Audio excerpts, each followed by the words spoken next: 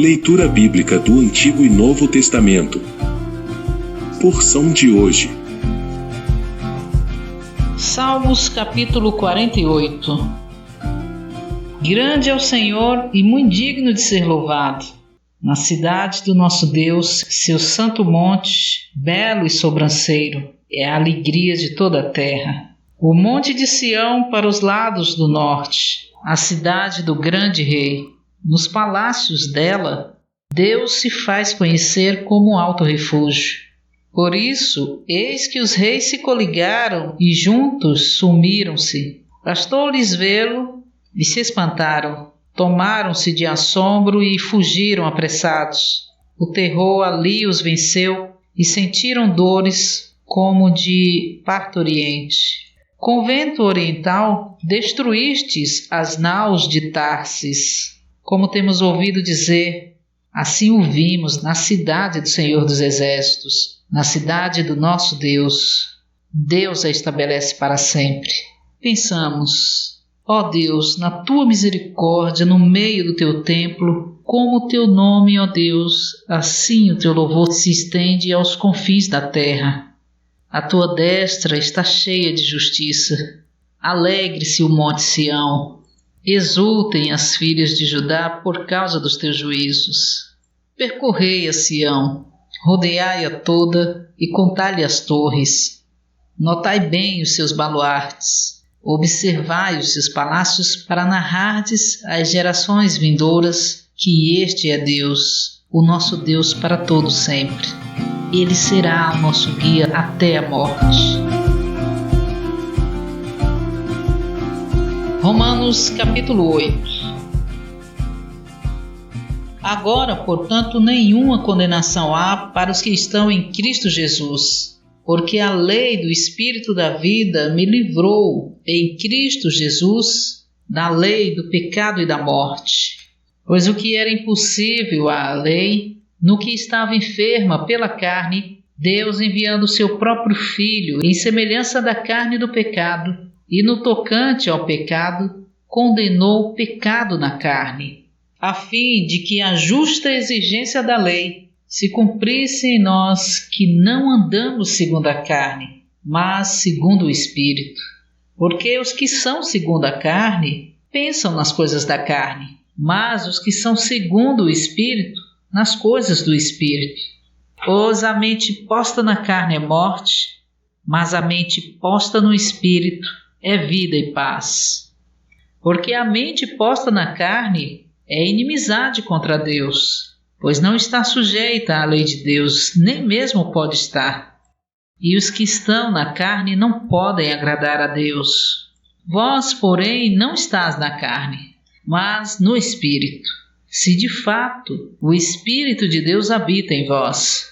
Mas se alguém não tem o Espírito de Cristo, esse não é dele.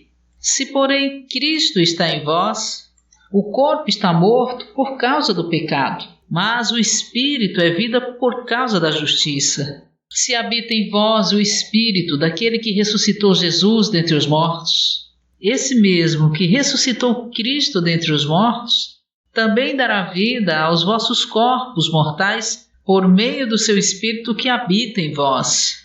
Assim, pois, irmãos, somos devedores, não à carne, para viver segundo a carne. Porque se viverdes segundo a carne, morrereis. Mas se pelo Espírito fizerdes morrer as práticas do corpo, vivereis. Pois todos os que são guiados pelo Espírito de Deus são filhos de Deus, porque não recebestes o espírito de escravidão que vos conduz outra vez ao medo, mas recebeste o espírito de filiação, no qual clamamos, Abba, Pai. O próprio Espírito testifica com o nosso espírito que somos filhos de Deus. Ora, se somos filhos, somos também herdeiros. Por um lado, herdeiros de Deus. Por outro lado, co-herdeiros com Cristo, se de fato sofremos com Ele, para que também com Ele sejamos glorificados.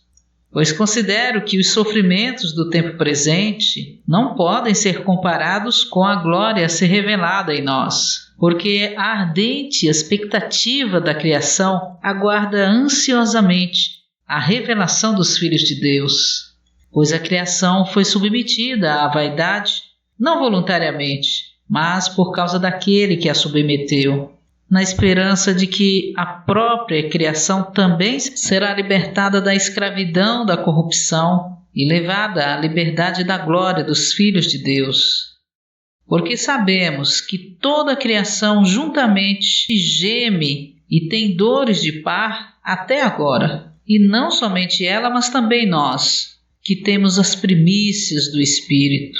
Nós igualmente gememos em nosso íntimo, aguardando ardentemente a filiação, a redenção do nosso corpo, porque fomos salvos na esperança. Ora, a esperança que se vê não é esperança, pois quem espera o que vê? Mas se esperamos o que não vemos, com perseverança o aguardamos ardentemente. Também o Espírito semelhantemente nos ajuda em nossa fraqueza, porque não sabemos orar como convém, mas o próprio Espírito intercede por nós com gemidos inexprimíveis. E aquele que esquadrinha os corações sabe qual é a mente do Espírito, porque ele intercede pelos santos segundo Deus. E sabemos que todas as coisas cooperam para o bem daqueles que amam a Deus, daqueles que são chamados segundo o seu propósito, porque os que ele conheceu de antemão, também os predestinou para serem conformados à imagem do seu Filho, a fim de que ele seja o primogênito entre muitos irmãos. E aos que predestinou, a esses também chamou, e aos que chamou, a esses também justificou, e aos que justificou, a esses também glorificou. Que diremos, pois, a estas coisas? Se Deus é por nós, quem será contra nós? De fato, aquele que não poupou o seu próprio Filho, antes por todos nós o entregou, porventura também não nos dará gratuitamente com ele todas as coisas? Quem fará alguma acusação contra os escolhidos de Deus? É Deus quem os justifica. Quem os condenará? É Cristo Jesus que morreu, ou melhor, quem ressuscitou, o qual também está à direita de Deus e também intercede por nós. Quem nos separará do amor de Cristo? Será a tribulação, ou angústia, ou perseguição, ou fome, ou nudez, ou perigo, ou espada? Como está escrito: por amor de ti somos entregues à morte o dia todo. Fomos considerados como ovelhas para o matadouro. Em todas essas coisas, porém, somos mais que vencedores, por meio daquele que nos amou. Porque estou bem certo de que nem a morte, nem a vida, nem os anjos, nem os principados, nem as coisas do presente, nem as coisas do futuro, nem os poderes, nem a altura e nem a profundidade, nem qualquer outra criatura poderá nos separar do amor de Deus que está em Cristo Jesus, nosso Senhor.